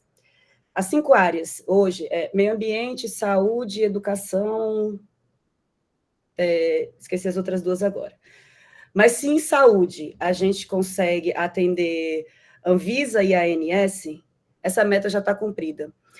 Não é tão complexo assim. Agora, na prática, assim, botando a mão na massa, é uma métrica possível. Como eu disse, para meio ambiente, a gente tem o MMA. Se fosse tudo dentro de um órgão só, seria bem pouco factível. Se eu fosse pensar, vou atingir 10 ministérios, realmente é bem pouco factível. Mas se eu estou falando de meio ambiente, posso falar de atender Serviço Florestal Brasileiro e IBAMA. E essa meta está atendida também. Então, existe um quê de muito humano, e muita vontade, e muita política. A gente tem algumas técnicas de administração pública, mas tem muita política também, né? Vamos ser sinceros. Mas a gente entende como factível essa meta. Ela foi criada pensando como possível de se realizar. E até mínimo, né? Assim, pensando no tamanho do Brasil, nas necessidades de política pública, assim, se a gente não conseguir atender 2 políticas públicas, né? 2 caixinhas dentro de cada setor prioritário, fica bem complicado. Muito bem. Temos aqui agora o tema soberania tecnológica, infraestrutura e ética. O Lucas da UFAL levanta 3 pontos. A dependência do país em relação a tecnologias de fora, né, estrangeiras, o alto custo dessa infraestrutura, né, necessária para a gente ter a IA no contexto, ainda mais com as restrições orçamentárias, aqui em especial das universidades, a necessidade de tratar adequadamente os dados para evitar vieses. E quais seriam algumas soluções, talvez, nesses dilemas, né, diante da digitalização e desenvolvimento tecnológico do setor público? Como é o nome do colega que fez a pergunta, Fábio? Desculpa. Lucas. Lucas, concordo com você e são coisas que me preocupam também igualmente. Como eu falei lá no início, a gente tem um conceito de soberania muito claro, e soberania se tornou um ponto-chave, né, por razões que vocês todos conhecem esse ano, assim, né, se tornou, foi resgatado com muita força. Mas a gente tem um dilema, né, dentro da tecnologia. Realmente o Brasil ficou para trás em muitas frentes. Primeiro, é muito difícil que a IA se desenvolva apenas dentro de um país, tá? E ela é transversal e ela atravessa fronteiras. Então, assim, só esse conceito já deixa um pouquinho tenso. Não sei se vocês viram que esse ano Estados Unidos e China lançaram suas políticas de IA também. Os Estados Unidos veio com uma frente totalmente sem regulação, vale tudo para inovação, e o nome é bem simbólico, vencendo a corrida da IA. Então, eles têm uma visão de soberania muito clara. A China, por sua vez, 2 meses depois, lançou a deles, que é IA, é mais ou menos IA para bem de todos, é muito parecido com o nome do Brasil, IA para todos.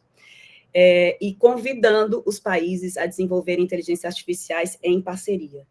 Eu entendo isso como muito necessário, porque toda tecnologia envolvida no desenvolvimento de IAs, elas estão em vários lugares do mundo.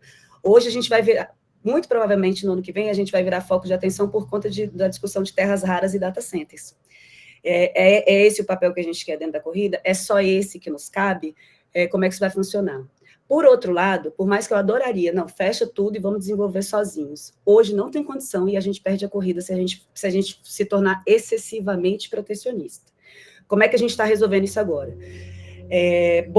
Uma parte dos data centers do Brasil estão sendo, que vem para o Brasil, estão sendo embarcados dentro de SERPRO e DataPref, que são empresas públicas que trabalham dentro do contexto do PBIA, e elas têm proteções, camadas de proteção para que dados sensíveis, sigilosos, resguardados nacionais não saiam transitando por ali.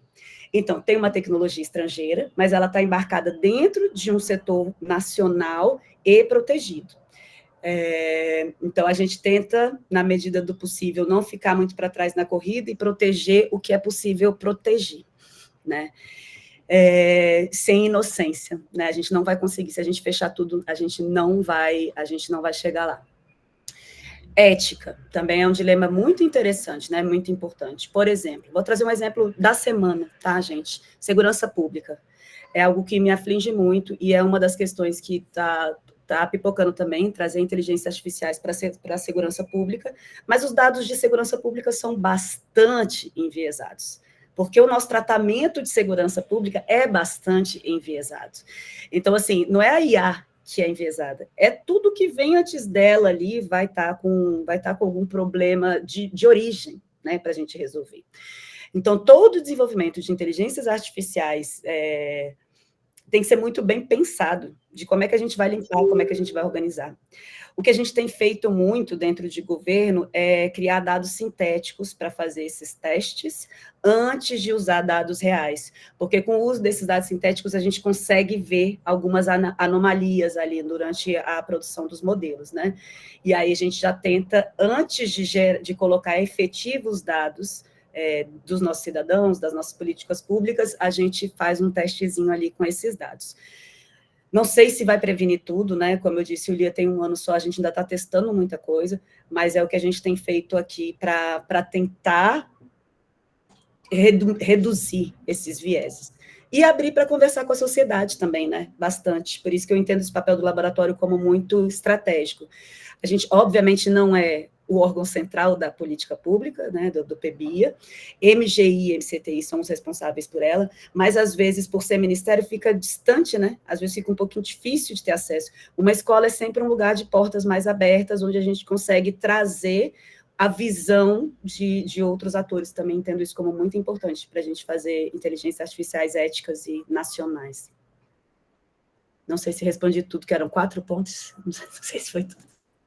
Bacana, Patrícia. Complementando a questão da ética, o Thiago Furtado pergunta sobre questões das normas, diretrizes do uso de IA, no caso de produções técnicas, científicas. Se existe alguma norma, alguma orientação do governo federal, né, ou da INAP, enfim, para como citar e como referenciar o uso da IA, né, nas atividades que a gente faz no setor público. Não tem ainda. Tá, gente? Não tem. Voltando para a ética, tá? Teve o lançamento também. Todas essas referências, Fábio, depois se você quiser me cobrar, eu passo tudo para você, para a gente compartilhar aqui com os colegas, tá?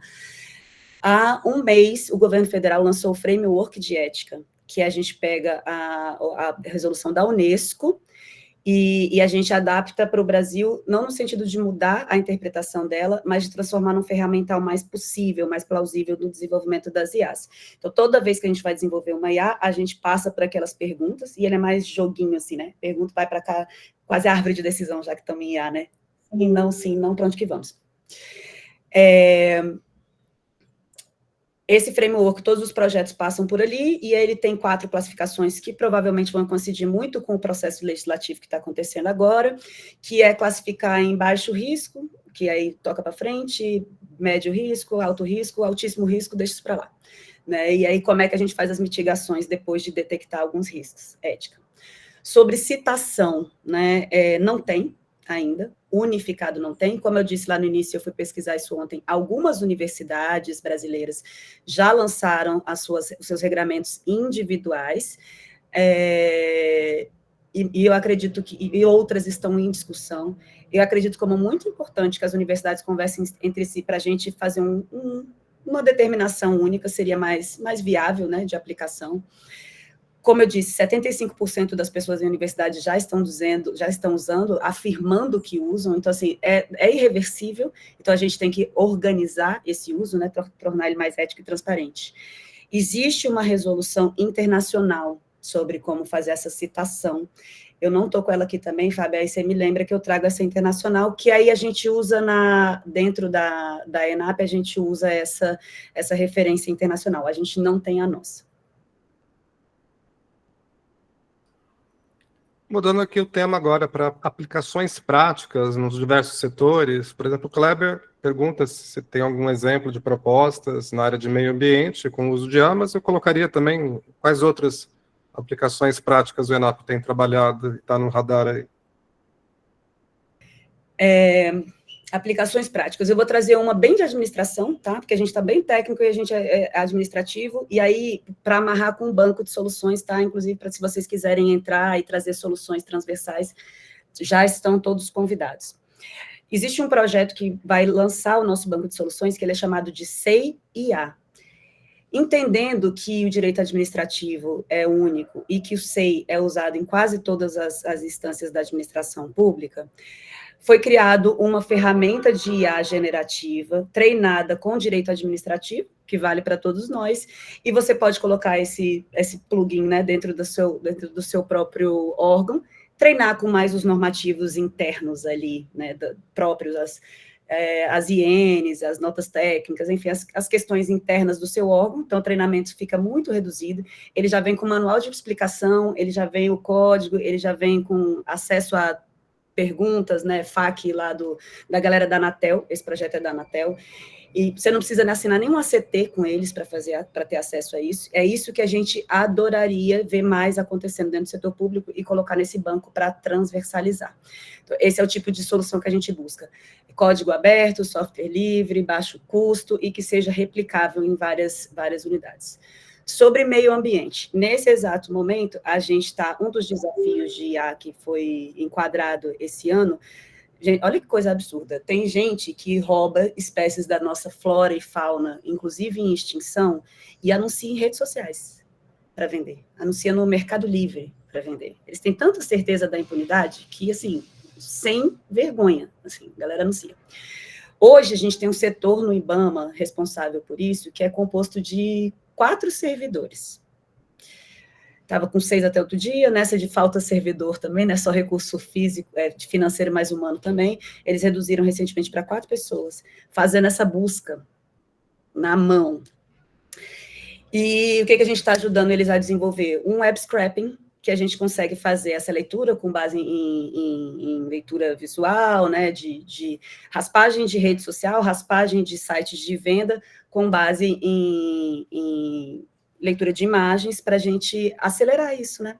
E aí a gente já sai com a solução, já sabe IP, já sabe quem é o responsável por aquela conta, porque depois que descobre, ainda, claro, está com nome falso, está com isso, está com aquilo, aí o IBAMA tem que chamar fulano, tem que chamar Beltrano, tem toda uma forma de atuação complexa, que a IA pode acelerar bastante. Então, uma aplicação prática seria essa. Que legal. Um novo tema aqui agora sobre cultura organizacional e aceitação da inovação. A Adna Anjos questiona se o principal obstáculo para a inclusão da inovação nas instituições não seriam as próprias pessoas, talvez? Observando que a aceitação das mudanças tende a ser mais difícil no setor público do que o privado? Sim, também concordo. Ainda me choca muito, né? Como eu falei, o marco legal da inovação no setor público tem 21 anos. E ainda assim, até hoje, a gente chega em alguns ministérios, né? A nossa Constituição não citava inovação, hoje tem quase 50 citações de inovação entre as várias emendas que aconteceram ali. A gente tem ministérios, mais de um, que tem o nome inovação no título do ministério. E ainda assim, quando a gente chega lá, a gente vê que existe alguma resistência à inovação. Isso é próprio do humano mesmo, né? Como você trouxe. A gente quer menos gasto energético, né? Eu acho que muito do que a gente gosta da IA é que a gente transfere a inteligência carbônica para uma inteligência celíaca, que não se cansa. E a gente quer mais ficar de boa. Então, toda vez que a gente vai mostrar assim, que isso pode ser feito diferente, que isso pode ser feito de uma outra forma, isso gera uma mudança de cultura, isso gera uma mudança de estrutura, isso gera um trabalho inicial.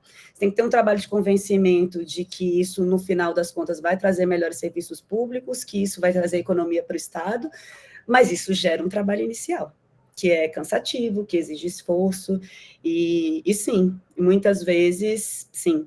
Eu acho que a vantagem da IA é que ela foi uma onda que atingiu todo mundo ao mesmo tempo. E aí todo mundo quer ser o primeiro a chegar lá, ninguém quer ficar para trás. Isso abre muita porta para a gente, né? Isso nos permite chegar num lugar com uma porta muito mais aberta do que as outras caixinhas da Genova, por exemplo, que tem que convencer da importância da inovação, que tem que convencer... Muitas vezes a galera não vê a gente nem como inovação, vê apenas como IA. E aí isso tem facilitado para a gente, mas sim, tem esse problema sim. Mudança de cultura não é fácil. O tema agora é a viabilidade orçamentária para o PBIA, né? O Sérgio Fialho volta à política pública de IA, questionando a meta de investimento aí de 5,8 bilhões até 2028 para a construção de uma nuvem soberana, supercomputadores, data centers verdes, infraestrutura de conectividade. Aponta que o valor talvez pareça ser insuficiente para essas ambições declaradas. Qual seria a sua avaliação? Mais uma vez, muito boa e perspicaz. Vocês estão me deixando maus lençóis aqui, que eu sei que vocês estão gravando, hein, gente? Eu sou do governo, pelo amor de Deus. Sim, é provavelmente insuficiente.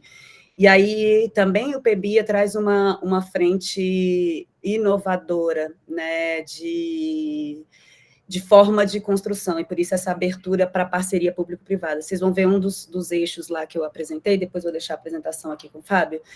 Ele fala sobre indústria, ele fala sobre iniciativas privadas gerais. A gente vê aquilo como investimento inicial do governo, mas a gente espera a captação e parcerias com a iniciativa privada, entre outros, né, para terminar de botar o aporte necessário ali. Então, é insuficiente, sim, e pior, não sei se vai ser possível, né, dadas as restrições orçamentárias desse ano que acabou de passar, e as possíveis do ano que vem também, não sei nem se tudo que foi prometido será aplicado, tá? Mas a ideia do PBIA é que ele traz uma proposta inicial de investimento governamental e que a gente construa isso com outras fontes de recursos também. O Rafael fez um elogio em relação aí à plataforma, ou, enfim, o que você falou dos animais silvestres, né? Ele sugeriu aqui, talvez, além de tentar identificar responsáveis, fazer uma IA para alertar automaticamente a plataforma, para remover esses anúncios, enfim. Será que isso é algo que a gente está no nosso radar aí também? Boa anotação. A gente fez o desenho, né? Vai sair o edital para a chamada de startups para desenvolver isso. O que a gente fez foi o desenho da solução junto com o IBAMA. Esse edital vai ser lançado em parceria com a FINEP, mas ainda não foi. Bom momento para trazer uma questão a mais para o desenho dessa solução. Obrigada pela dica. Patrícia, conta um pouquinho mais sobre os editais que você falou, né? Eles estão no site da FINEP, como é que é esse convênio? Detalhe um pouquinho mais para a gente. Como é que a startup consegue acessar essas demandas? É pela FINEP mesmo? É pela FINEP mesmo. Como é que funciona? É uma parceria entre MGI, MCTI, ENAP e FINEP para construir isso. O MGI traz as diretrizes gerais, né? Desses próximos 2 anos, a gente vai trabalhar com isso. O MCTI traz o investimento, né, coloca investimento tanto na FINEP quanto na ENAP, sendo que a ENAP faz essa parte, né, que eu expliquei para vocês, do enquadramento do problema, entrar dentro do órgão, conhecer os dados que eles têm, conhecer o problema público real, conhecer o objetivo que eles têm com o desenvolvimento daquela IA, a gente faz o desenho da solução, depois a gente senta em parceria com a FINEP para escrever o textinho chatinho lá do edital, né, mas que tem que sair, né, trabalhamos com a administração pública, a gente senta junto com eles para fazer o texto do edital, o edital é lançado por eles na página deles, oficialmente, a gente da ENAP, a última parte da ENAP nessa parceria, a gente fazer um webinário, que a gente traz o dono do problema, a gente traz o IBAMA, e ele vai contar Assim, o que a gente quer é isso, mas ele vai contar. E aí, as startups que têm interesse estão ali junto para fazer pergunta, para trocar uma ideia, para não ser só o texto seco do edital. E conseguir entender melhor se ela consegue fazer ou não, critérios básicos, enfim. O PEBIA, ele se compromete à ação, essa é a ação 33 do PEBIA. Ela se compromete ali a ter 2 chamadas dessa por ano. Mais uma vez falando de orçamento, e por que eu acho que, assim, apesar de ser pouco dentro do contexto da IA, ainda assim não sei se a gente vai conseguir executar tudo. Esse ano vai sair um edital só, por falta de recursos. Então, assim, existe um Banco Nacional de Startups, também é outro link que eu posso trazer para vocês aqui, você se cadastra, né, a startup é cadastrada ali, e a gente usa esse Banco Nacional de Startups para enviar diretamente o convite para os webinários, para informar, esse edital está saindo, parece que interessa a você, também de forma automatizada, né, mas ali a gente tem um banco de startups por tema, e quando o edital, normalmente a gente faz editais temáticos, já saiu de saúde, agora vai sair de meio ambiente, já teve outros que não foram temáticos, eu acho que a solução não é tão boa assim, juntar a gente no mesmo tema tende a gerar melhores resultados, e a gente consegue medir o impacto lá no final da curva, né, mas é assim que funciona, mais ou menos. Se vocês têm interesse de ser informado, o oficial é no site da FINEP, mas a gente faz outros comunicados pelo site da ENAP também.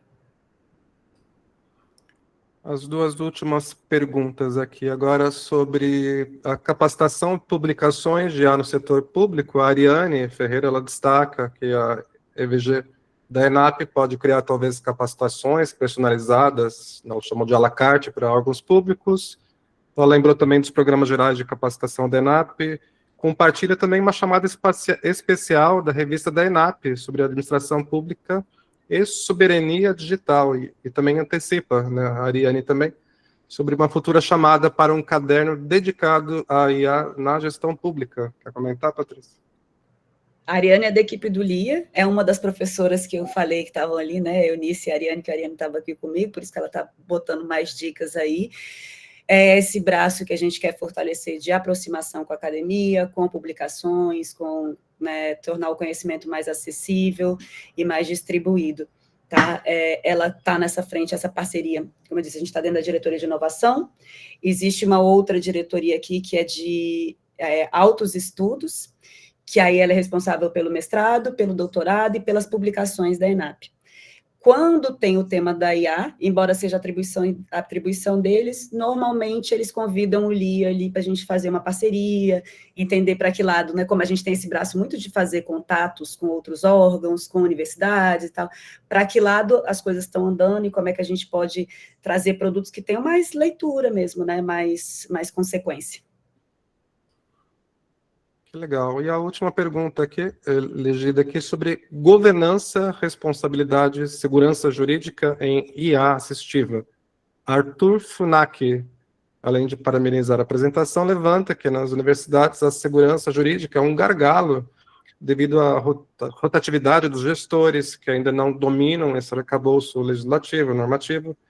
Questiona como estruturar uma governança de uma IA assistiva que sugere interpretações dessas normas, garantindo que seja usada como suporte e não como um oráculo, evitando transferir indevidamente a responsabilidade do gestor para o algoritmo. Casando com a pergunta da colega que falou sobre inovação e cultura de inovação. Como eu disse, a gente tem o arcabouço legal, o marco legal da inovação, uns anos depois, acho que 5 anos depois, nasce o marco legal das startups, os dois conversam muito um com o outro. Apesar disso, a gente faz pouca inovação por medo jurídico.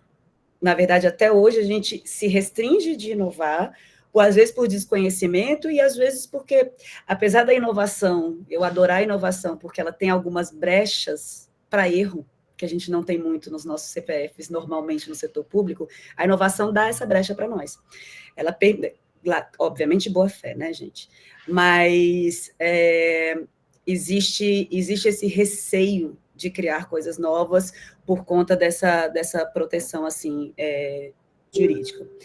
O que a gente está dentro do aspecto legal, né, do que está sendo debatido agora, nesse exato momento, no Congresso,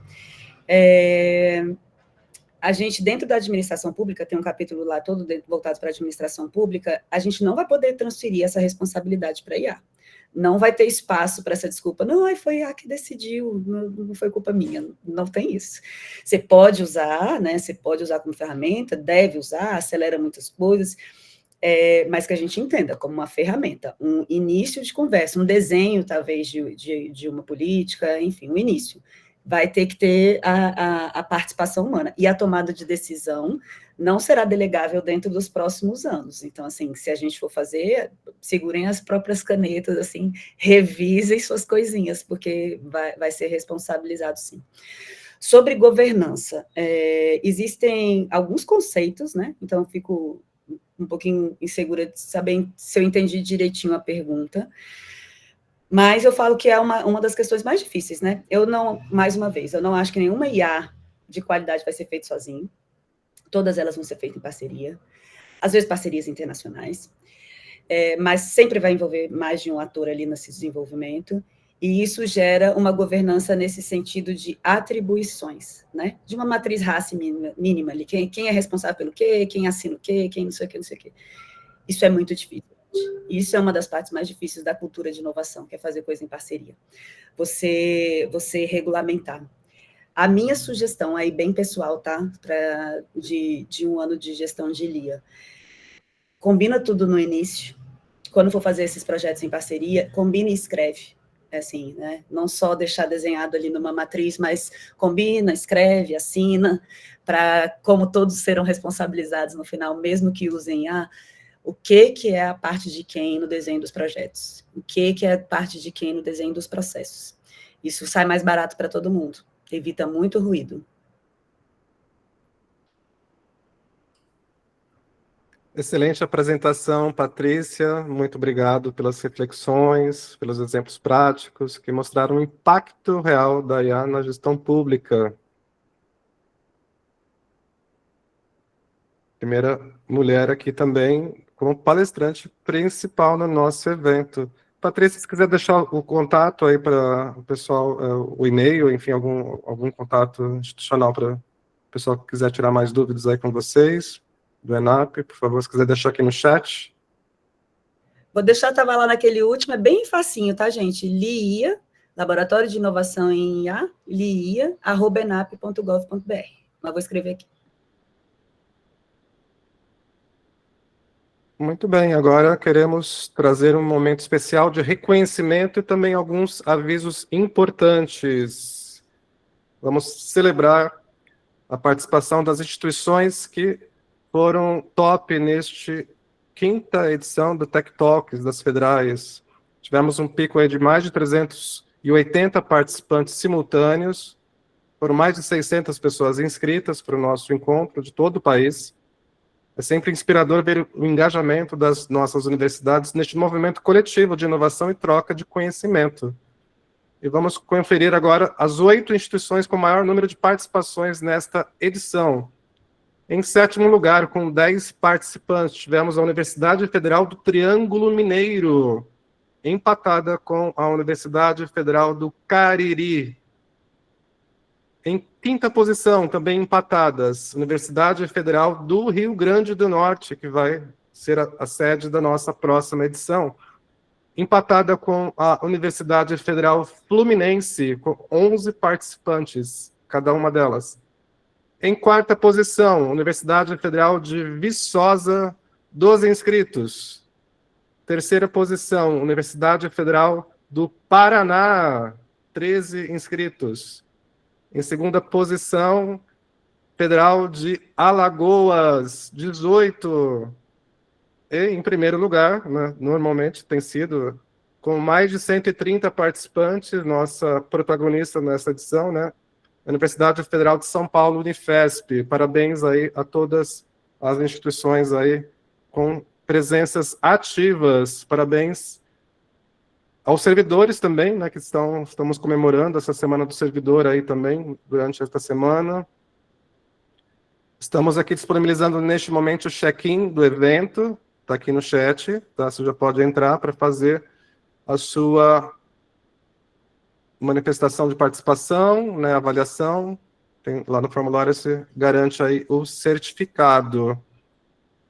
E queremos fazer um convite especial, porque em novembro teremos a última edição do ano, o 6º Tech Talks. O tema já está definido também. Quais estratégias garantem que os sistemas críticos da universidade nunca parem? Então vai ser aí o tema da Federal do Rio Grande do Norte, que vai trabalhar sobre essas questões aí.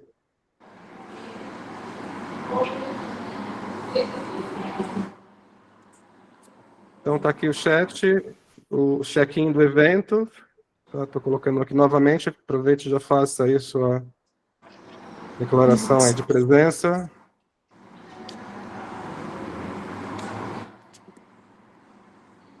E queremos agradecer a você que participou aí, esteve conosco aí durante toda a manhã.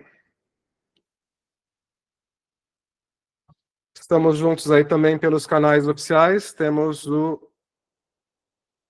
canal de redes sociais do YouTube, onde estão as gravações de todas as edições anteriores. Tem o site oficial, no site você tem também acesso a outras informações, como é que foram, resumo, né, textual das outras edições. E a sua universidade também pode ser parceira para as edições de 2026. Já vamos abrir aí, né, converse com o seu gestor da sua universidade para sediar alguma das edições de 2026. Né? Precisamos de parceiros. Quem faz o Tech Talks são as universidades. Este ano tivemos várias universidades participando aí, inclusive estaduais, né? Prestigiar aí também colegas de universidades estaduais por todo o país que também estão abrilhantando, participando do evento. Estamos ampliando aí o engajamento no nosso Tech Talks. E também salientar que as parcerias podem ser também com a ENAP, e aproveitar a Patrícia aqui presente para nos abrir uma porta lá dentro para que a gente possa ter uma conversa e esse evento talvez tenha uma parceria ENAP no próximo ano. Aí já fica o convite, Patrícia, conversa lá com o pessoal, agradecer que abrilhantou o pessoal da ENAP. Na última edição foi o Ministério da Educação também, tivemos aí, então os ministérios também junto conosco. Agradecer, em especial, também o pessoal da Universidade Federal do Mato Grosso do Sul, né, que foi aí o protagonista aí da nossa edição de hoje, do nosso 5º Tech Talks. Estamos encerrando mais cedo hoje, então fica aí, já aproveite, entre aí no formulário, garanta a sua participação. Obrigado aí, pessoal de outras universidades. Tivemos gente aí Pará, Amazonas, Sergipe, Alagoas, Rio Grande do Sul, Mato Grosso, Tocantins, enfim, estamos gente aí de vários lugares do país participando da nossa edição. Obrigado, Enzo. Obrigado, Patrícia. Muito obrigado, gente. Valeu.